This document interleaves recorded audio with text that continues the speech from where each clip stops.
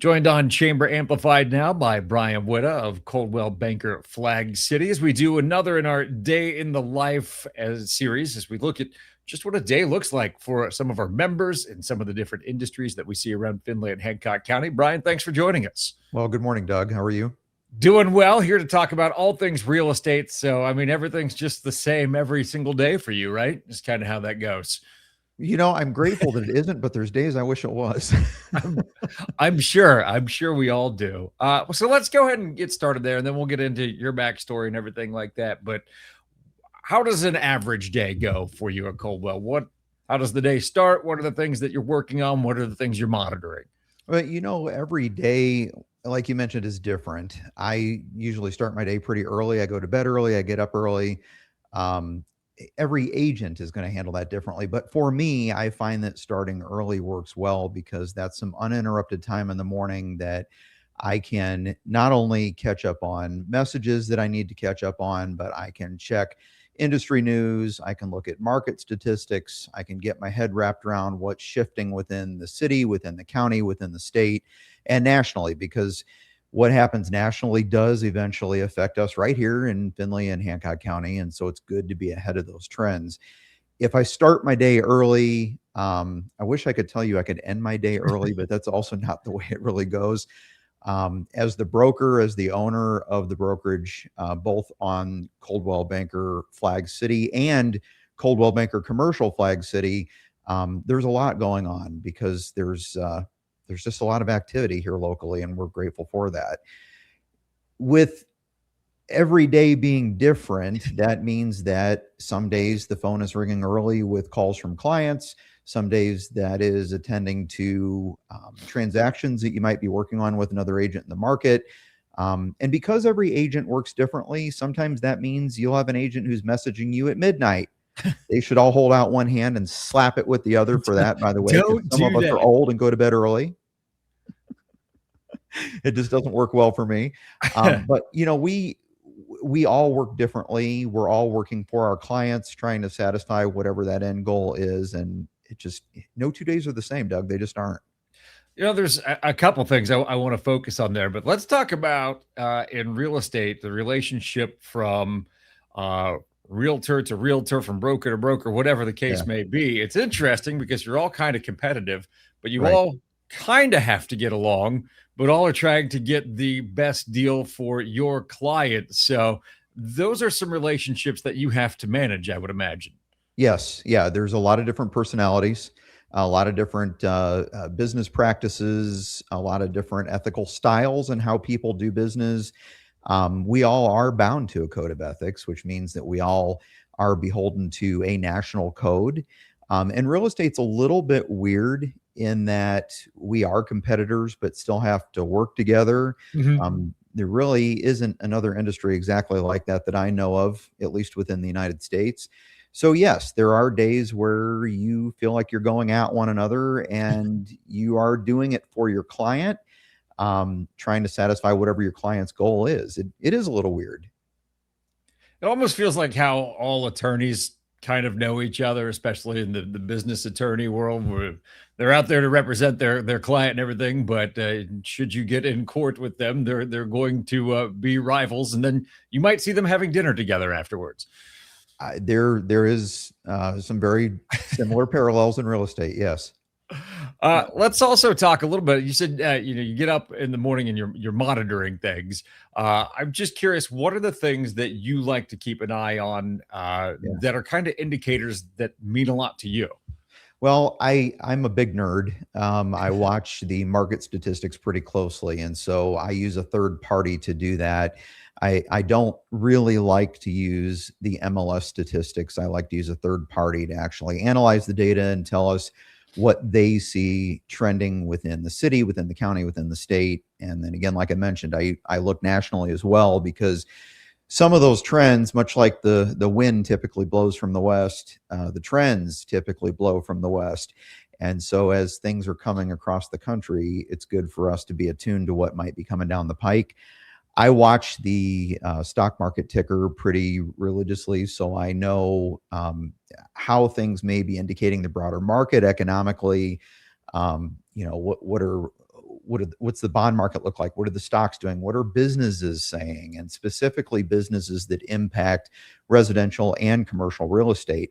If we have our finger on the pulse of what's going on within commodities, then often we'll know what's going to happen with pricing on new construction or what might trickle down to existing homes or existing pieces of real estate for sale. So I tend to be a little bit of a creature of habit in the morning. I like to at least have the ticker on here to the side. I know you can't see it off screen, but I have the ticker on the wall right now, and I watch that just as one of those indicators, as one of those data points every day.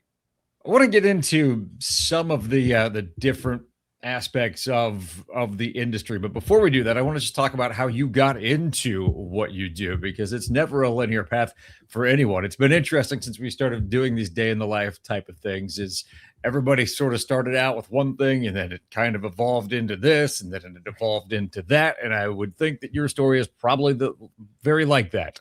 It is. Yeah, and the odd thing about real estate is nobody actually wakes up one day as a junior high or a high school student says, "I'm going to be a realtor." I'm sure there are a few out there who do it, but most people in real estate are coming from another industry. I was a public servant for 15 years. I worked in school districts. I worked for the Ohio Department of Education, and so I have um, background in operations, background in financial things, and I got to the point in that line of work where I loved a lot of the people I worked with, but I said I'm tired of political nonsense, working for people who don't understand what I do but are trying to direct what I do. And I had had a real estate license for Mhm. a number of years. It was always a retirement plan. I started in public employment at a young age. And so I knew that around the age of 51, 52, I would have my 30 years in and I could retire. And so I had always planned to do a mid-career shift and I would get into real estate, and that's what I would do in retirement. And as I got, I guess, really worn out by the politics of what goes on in public education these days, I decided, I'm going to make a shift now. I'm going to do it. If it's meant to be, it'll work. And fortunately for me, it did. I'm not from Findlay originally. I grew up in Fostoria, and so I had to work a little extra hard to get known in the area. Um, and I'm grateful for the strength of the community, for people who took a chance on me and helped me to build a business, and that grew over time to owning the brokerage here. You mentioned doing extra work to get noticed, and there's a lot of different ways to do that. Certainly, you're a Chamber of Commerce member. One thing Right. is you're very active in the community, even beyond the chamber, things like that. How are your feet after walking around selling 50-50 tickets at Kiwanis Purse Bingo last week? Well, I Uh, walked almost 3 miles within the old Millstream Center that night, and, to raise $2,200 for Kiwanis on a 50-50 purse, it's worth it. Kiwanis does uh, good things in the community. Most definitely, and I don't want to imply that you do those types of things to get noticed, but it doesn't hurt in that regard either. It kind of fills two things. One, I think you have a dedication to community service, but two, it's really helpful for getting to know people. Growing up in Fostoria, there are a lot of people that may look at Fostoria as a community who's fallen on hard times. But I remember growing up there in the 80s when there were still a lot of things going on. And Mhm. it was a fantastic community to grow up in. And so I come from a family of small business owners. My father was the oldest of 11 kids. And so we just know big family, we know community, and I feel pretty passionately about building community where I am. And so, yeah, it doesn't hurt to be noticed, but I also want Findlay to be strong because not only do I own a brokerage here, my wife owns a business here. Mhm. And it's important to us as small business owners that the community remains healthy, because strong business leads to strong economy, of course, but it also leads to strong people and strong networks and strong families. And so all those things are important to us. And that's why I do it. Over the time that you've been in this, the industry has seen some radical changes. Mm.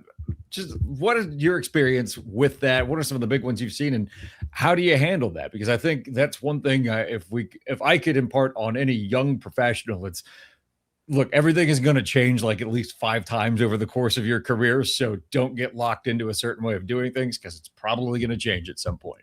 Right. You can be glib about that, and I suppose say that um, the only two guaranteed things in life are death and taxes. And of course, I say that in jest, but they are guaranteed. Um, Change is inevitable in everything, every aspect of our life, and for younger people, not just those getting into real estate, but in any line of business, whether you work for Walmart in the back office or whether you work for Rosili's downtown as a member of wait staff, or no matter what you're doing, you have to be in a position to pivot. You have to be in a position to roll with what's coming down the pike. Real estate has changed so many times over the course of my licensure. I remember when the multiple listing service came out on books. There are agents out there who do remember that as well. And I got my license at the point where the shift was happening from those printed books Mhm. to going on to the computer. And, we've had shifts in how closings occur through the Dodd-Frank Act. We've had shifts in how commission is disclosed through the Burnett class action lawsuit. Easy for me to say. There have been lots of things that have changed, and it seems like every year there's a new form, there's a new process, there's something else that we need to adjust to. Realtors are great about pivoting for the most part. They're great about following the rules for the most part. They're great about doing what's right for their client. And we work hard to ensure that not only is our client well served, but the community's well served. And that happens through those changes over time. No industry is successful by remaining stagnant. It just You isn't. you you mentioned the Dodd-Frank Act, and this one, I think, when you look at from that point in time, around 2008, or that would have happened just after 2008, to where we are now, would you have imagined post-housing collapse that we would go from a point where it seemed like there was an infinite a number of houses available on the market to where we are now, where we need more inventory on the market in the span of what, 20 some years, almost Right. not even 20 years at this point? Right. We're at the precipice of 20 years since the Great Recession. And what the error that we made nationally is not building enough real estate, not building enough single family homes coming out of that crash. And that happened for a whole litany of Mhm. economic reasons. But with not building enough inventory, that put us in a position where we were really behind the eight ball. We're seeing the fruit being yielded at this point now because we don't have the inventory. So when you hear people say there's a crash coming, we're going to tank. No, we're not. Where we are right now is a basic outcome of supply and demand. And because pricing is high right now, it's because there isn't enough inventory. So I always throw that out there anytime I talk to someone about real estate, because it's important to understand that supply and demand directly drives pricing. Supply and demand directly drives consumer behavior. And so if we had built more coming out of 2008, we probably would not have seen an average of a 20% jump on valuations during COVID. We probably would not see year over year jumps the way we see right now. Will there be a course correction? There always are course corrections. We saw a little bit of a course correction last year in some aspects of the market, but we're not going to see anything tank. And I also don't think it's possible for us now to build to get us out of that deficit of inventory that we need. Depending on which data set you look at, Doug, I've heard people say anywhere from 4 million to 7 million units short for Right. new construction starts going back to 2008. That's huge. That's almost seems like an impossible gap to make up. But then again, we never thought we would be to the point where we would have a housing shortage when we were Here we back in are. 2008. So Here we are. uh, it's always interesting. And again, it probably goes back to those things that you monitor every morning to see if there's any change on those fronts. Right. If you were to give someone advice coming into real estate now on what you've learned over your experience, what are the things that you would offer? So if you're doing it the right way, first of all, it's expensive to get in, and you need to have an income to invest in your own marketing. Don't rely just on the brokerage to advertise you, because that's foolish. You need to advertise yourself as a new agent coming in, and you need to really be genuine, like really truly genuine about building relationships with people. You need to mean it, Mhm. because if you're not serious about building relationships, you're in the wrong line of work. If you're just trying to bang out transactions to make this massive income that you see these influencers on social media do, that's garbage. This is a relationship business because you're helping people achieve the American dream. And investing in real estate is the way that people build generational wealth. If you aren't in it for that reason, go do something else, respectfully, of course, but go do something else, because that's those of us that are minded that way. That's why we're doing it, because we want to make a difference in the community. I've strategically built my algorithm to only give me sports and 90s pro wrestling content. Is there a large influencer contingent in real estate? Oh my goodness. You know, there are all these, I'll call them kids because I'm probably old enough to be their dad now, but there are all these kids out there, you know, doing videos with rented Lamborghinis talking about how you can leverage yourself from property to property. And holy crap, I don't know how else to say it. Why would you leverage yourself so heavily at that age? Have you ever watched Dave Ramsey? Have you ever listened to his backstory? Yeah. This is how he went bankrupt in his 20s. You don't do these things. At some point, it will come home to roost if you are not 10 steps ahead of it. So yes, there are tons of them out there. I try to get my algorithm to go to 90s pro wrestling and I can't get it to go there. So all this garbage does show up because the internet knows me, Doug, and it's serving me what it thinks I want. If I'm on YouTube, all I want to hear about is the NWO. That's it. I don't need any other information from YouTube. Right. We all smell what the Rock is cooking, Doug. Brian, one last thing. What excites you for the future of the industry? What excites me for the future of the industry is, I'll start right here in Findlay, is the strength of the community. I continually see private and public and nonprofit partnerships that yield really good things right here. And I think as Findlay is seen as an example outside of our immediate community, other communities are starting to understand, hey, there's something good going on there. That really makes me feel good about the future of the economy, of real estate, and of just relationships that we all build. I think it's important to not rest on our laurels in that regard either, because like you said, people are figuring out, people will also try and emulate that and do their own version of it, which means that you cannot get complacent as a municipality. Right. Any more than you can in business. You know, it's all about R&D. It's rip off and duplicate. That's what people do. Unfortunately, you really do have to be innovating all the time, always looking for ways to continually improve. I mean, if you want to get technical, that's kind of the scientific method, is test and retest the hypothesis and everything. So right. There's that to be said for it as well. Brian, I appreciate it. Thank you for some sprinkling in some 90s pro wrestling talk with me there as well. If someone would want to reach out to you, talk a little bit more about the industry, maybe they're thinking about listing a property, what have you, what's the best way to do that? You can always connect with us at flagcity.com, and you can reach us by phone at 419-434-9000. Well, Brian, thanks for joining us on the podcast today. Thank you, Doug. Have a great day.